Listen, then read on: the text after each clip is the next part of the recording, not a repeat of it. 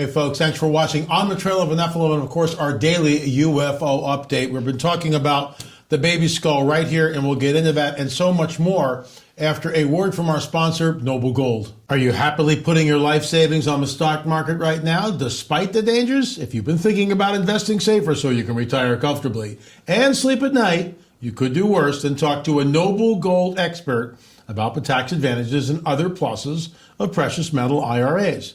Of course, you might just love uncertainty, but if you don't, you can get a free America the Beautiful solid silver 5-ounce coin with any qualified plan you start. Call 877-646-5347 or visit noblegoldinvestments.com. That's noblegoldinvestments.com. Folks, you know, Noble Gold has been our sponsors for quite some time now, and we thank them for that. But, you know, precious metals, if everything goes south, fiat currency is exactly what it is. It might not even be worth the paper it's printed on. So check it out. Do your own research. NobleGoldInvestments.com. That's NobleGoldInvestments.com. Once again, the number 877-646-5347. If you decide to get gold or silver, the bullion will come right to your door, and you actually have precious metal in your hands. If you come here looking for politics, prophecy, and the supernatural, we now have moved that entire show. It's called pp&s Report, the Full Monty. And you can find that on Roku and Rumble. But here in the meantime, we do On the Trail of a Nephilim every single day. Why? Because there is a hidden history that has been deliberately obfuscated from the peoples of the world. And that's why we are on the trail. We've been talking about the baby skull, and I'll have John Adams got all sorts of JPEGs. John Adams does our daily show editing for both of the shows, and hats off to him. He does a great job for us, and without him, we would have no show. So John Adam can be putting these up as I'm blabbing away here, but right here, and I'll hold this up again, this is a one-to-one model of what we call the baby mummy skull. This is a skull that we unwrapped at the Paracas History Museum when Senior Juan Navarro was alive. Hats off to Brian Forrester, who set that all up for us. But you see here, there's Joe Taylor holding the baby mummy skull. This is one of the first close-ups of it, where you can see that the hair is very red looking and reddish blonde, and also the orbits were absolutely huge. And here's a great shot, sort of a review. And I do this every day because, you know, new people come here and we want to get them up to speed. So the skull, this is a shot where the skull is in Senior Juan's hand, and you can see it, the blondish reddish hair, strawberry blonde hair, which is in this child's skull. So I'll leave off, or I'll take up where I left off. I want to talk about this today. Look at the orbits. Look at the orbits. Look at the sockets. According to our optometrist, our team's optometrist, Dr. Jeff Duff, these are about 25 to 30% larger than a normal human being. Check that out. I'll hold this up a little closer. And also notice that where the pupils would sit, here and here, they are about 45 millimeters instead of about 65 millimeters. In other words, these entities, according to Dr. Jeff Duff, may have had the ability to see in the dark, night vision. Interestingly, what I find incredibly interesting is that one of the Nephilim tribes, is known as cave dwellers. When you translate that word in Hebrew, you wind up with cave dwellers. So we've got all this whole list of Nephilim tribes which are in the Levant, in the Promised Land, when Joshua and Caleb cross over. And of course, we all know Jericho, that was a Nephilim stronghold. And when the God of the Bible, the real God, shows up, they realize it. The word gets out very quickly. So the Rephaim, the Zanzumim, the buzzing ones, the Anakim, which means long necks, the Zanzumim, all these different names are, I believe, signaling certain genetic characteristics. So one of those names translates cave dwellers. Did that mean that they have the ability to see in the dark? When I was in Paracas in 2019 with Tim Alberino, they were filming down there. An archaeologist, one of their archaeologists, took us out into the reserve. I had never been into the reserve before because you have to have special permits and you have to be with an archaeologist, this whole deal. Now, there's a lot of people that sneak in, but we didn't do that. But the archaeologist There was, I think, 3 or 4 cars, and we did a little caravan. And right away, you're off-road. Right away. Got to have a 4-wheel drive vehicle. And we're in the sand. I've got pictures of it, and I'll see if I can throw some pictures up maybe tomorrow, because tomorrow is Friday, and that would be a good way to close this whole thing. But we're out in the reserve, and again, barren wasteland. It's all desert as far as you can see, and yet we get right up to the coast, and here's this beautiful bay, uninhabited. No one's there. Nothing is there because it's all government owned. And the archaeologist took us out to one of the remnants of one of these villages where these elongated skull people apparently lived. Guess what? They lived underground. They lived underground. So here's the rub. I asked the archaeologist, I said, well, how did they see? How did they see? And he goes, well, we don't really know. And I asked him, well, was there evidence, all through an interpreter because he didn't speak English, was there evidence of torchlight? Anything, down below? He said, no, nothing. And the shaft was about a 2-foot by 2-foot chimney-like structure, which went down into the ground. And that, I could take you right there. It's covered with sand. And this is what amazes me about archaeology in Peru. Nobody gives a flip. Nobody cares. If it was me and I had the resources, if I was a billionaire, I'd go, well, what does it take for us to dig here? To open up this chimney to see where it goes. What kind of artifacts might we find down below? Look, once again, look at the orbits. Look at the orbits. They're 25 to 30% larger than a normal human being. The reason why I say this, all right, when you look at the skull, and this was not an infant, but basically about 18 months old, according to the dentition. But what if the teeth, what if this child was born with teeth? And we all know that children are not born with teeth. They cut teeth later. In fact, our grandbaby is in the process of doing that. And it can be nasty. It can be very painful. So I will show you a clip tomorrow known as the Bitchute mummy. And again, hats off to Brian Forrester, who alerted me about this. This is a lithograph from the 19th century. So here's the deal. When you can cradle board a child, and I understand that, you can wrap an infant's head you can head bind it to create a shape. I understand that. But you can't create orbits that are 25 to 30% larger. You can't do that. It's not going to happen. So how is that done? In other words, you can bind the head, but you can't create an orbit, an eye socket, that's 25 to 30% larger than a normal human being. Folks, in my opinion, this is genetic. In episode 6, shameless plug, of On the Trail of a Nephilim series, we bring in doctors and surgeons and optometrists and archaeologists, anthropologists, a whole bevy of professionals who look at these enigmatic Paracas skulls and state right on the record that whatever this is, it is genetic. It is genetic. There is a hidden history which has been deliberately obfuscated from the peoples of the world. I want to show you this shot here. Marcia Moore did this for me, and this is an illustration of what, in her opinion, this baby may have looked like. Now, respectfully with her, especially after looking at the orbits, I think she's got it wrong. The eyes are large, but not large enough, and they're really too far apart. If you look at the anatomy here, if you look at the morphological, the structure of the skull, the orbits in the eyes are very, very close, certainly closer than what Marcia has drawn. But bully for her, she's one of the few people to actually tackle it.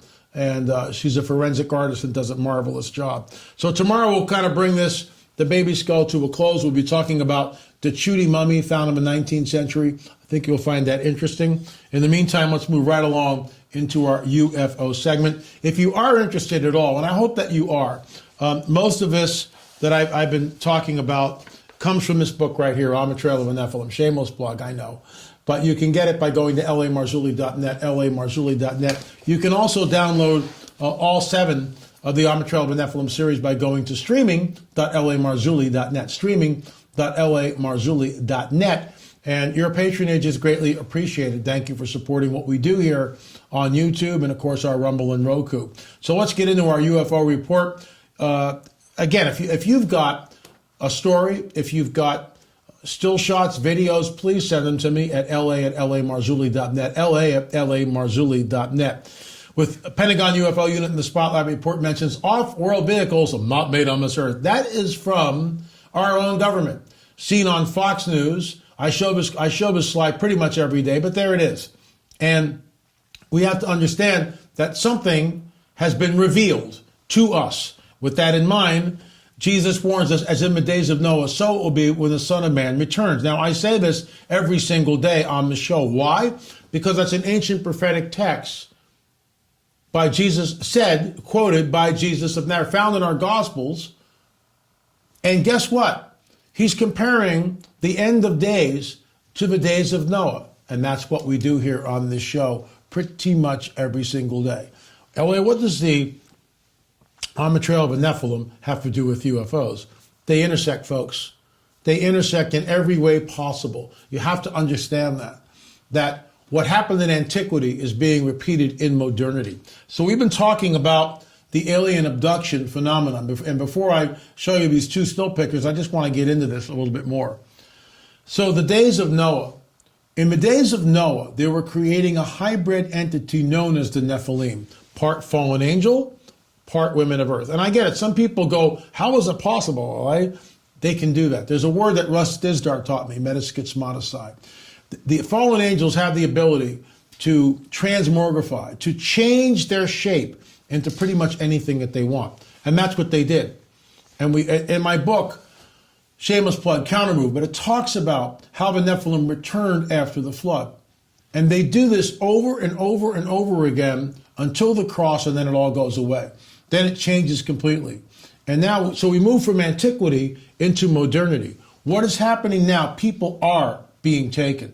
Don't believe me? Watch Al Matthews in our free film, UFO Disclosure, The Coming Great Deception and the Luciferian Endgame. What you will see there is mind-boggling, mind-blowing, because Al has been taken many, many, many times. And he knows that feeling when they switch you off.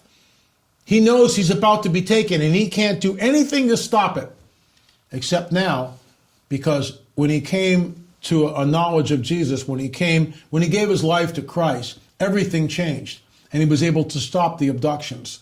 So this is UFO 3.0, okay? One groundbreaking stuff is Fox News, where they have certain people like Commander David Fravor come on and tell us that UFOs are real, and we had encounters with them. Our government telling us we have off-world vehicles not made on this earth. That's still 1.0, 2.0, but we're 3.0. We're talking about what the agenda really is, what's behind this thing. And what's behind it is the ongoing abduction phenomena, which no one talks about. And if you were taken and you've got missing time, and look, I've spoken to people who've had missing time, and they are distraught because they know they were taken. They know something happened, and it shouldn't have happened, and yet it did. So are hybrids walking amongst us today? That's the book from Dr. David Jacobs. In my opinion, yes, they are. Hybrids are walking amongst us today, and they can pass as real human beings. This is ufology 3.0. This is the end game, which we're exposing here, because we need to. Because you need to understand what the end game is, and that's to create a hybrid, as in the days of Noah. So it will be when the Son of Man returns. Days of Noah. The Nephilim were on the earth in those days, and also afterwards, when the sons of God took wives and had children by them. These were the mighty men of renown. Thank you, thank you, thank you. First of all, I send my sincere condolences to your family and friends in your time of grief. I understand you had some passing of friends, and I again thank you for reaching out. I have so much to say. I'm 49 years old. I live in Newmarket, Ontario. First, I am of sound mind, LOL. I had a video of UFOs that had been hanging over my house, but unfortunately my children deleted it from my phone. The two photos were taken on my wife's phone. The day the photos were taken, we were having a barbecue with 6 family members. It was cloudy and windy that day. Something came to mind to look up. This happens a lot. It's not voice to skull, but the suggestion will come in. look up, and then people look up and right over them is a UFO. Let's move on. And my eyes fell exactly on the object at first I thought was a sliver of the moon, but as I continued to watch, it started to take on a boomerang shape, and at that point I knew it wasn't normal. I freaked out and told everyone to look up. We all observed something different through my grandfather's binoculars. My mother-in-law saw a jellyfish type of creature craft. I'm going to stop right there. I'm going to stop right there. When we were in Portugal, okay, and if I can remember, there's so much information, but we went to a place, it was one of the standing stones in Portugal, all right? And we were there, and on the stone is a jellyfish-shaped object. Now, we interviewed our producer over there, Francisco Maria, who's also head of Exopolitics Portugal. And there were these children at a school, and we actually filmed at the school and this whole thing and talked about it. But the kids came out with the teachers, and they saw this craft, and it was a jellyfish, right? And I'll read this again. We all observed something different. My mother-in-law saw a jellyfish type of creature craft, whatever that is. And that's what is carved on the stone in Portugal. I'll see if I can dig that up. I'm going to stop right there and just show you. Not much to see here. Light in the sky, close encounters of the first kind, where the object is a good distance away. Close encounters of the second kind is when that craft is up close and personal, usually less than 50 feet. Close encounters of the third, you observe entities in the craft. Close encounters of the fourth kind, contact with these entities. And folks, that's what you don't want. That's what you don't want. I'll talk about this and I'll read more about this tomorrow. If you've got a UFO story and pictures, videos, whatever, please send them my way. la@lamarzulli.net, la@lamarzulli.net. We can keep you anonymous, as we do here, so people won't know who you are. But this is a clearinghouse. This is a clearinghouse. This is the coming great deception. And once again, our free film. Folks, if you've not seen it, please watch it. It's that important. There is so much information on that film. UFO disclosure, the coming great deception, and the Luciferian endgame. Remember, the word in 2 Thessalonians is apostasia, the falling away. It's a singular event. We're watching some of this happen now. But this event is unlike any event in history. What would cause a great falling away? You tell me. Think about it. When they show up, everything changes, and it changes on a dime. Now is the time to understand before it happens, a priori, before the event, what this is. Because this is the coming great deception. That's all the time I have for. Thanks so much for watching On the Trail of the Nephilim and our special daily UFO report. We will see you here tomorrow. Thanks for watching.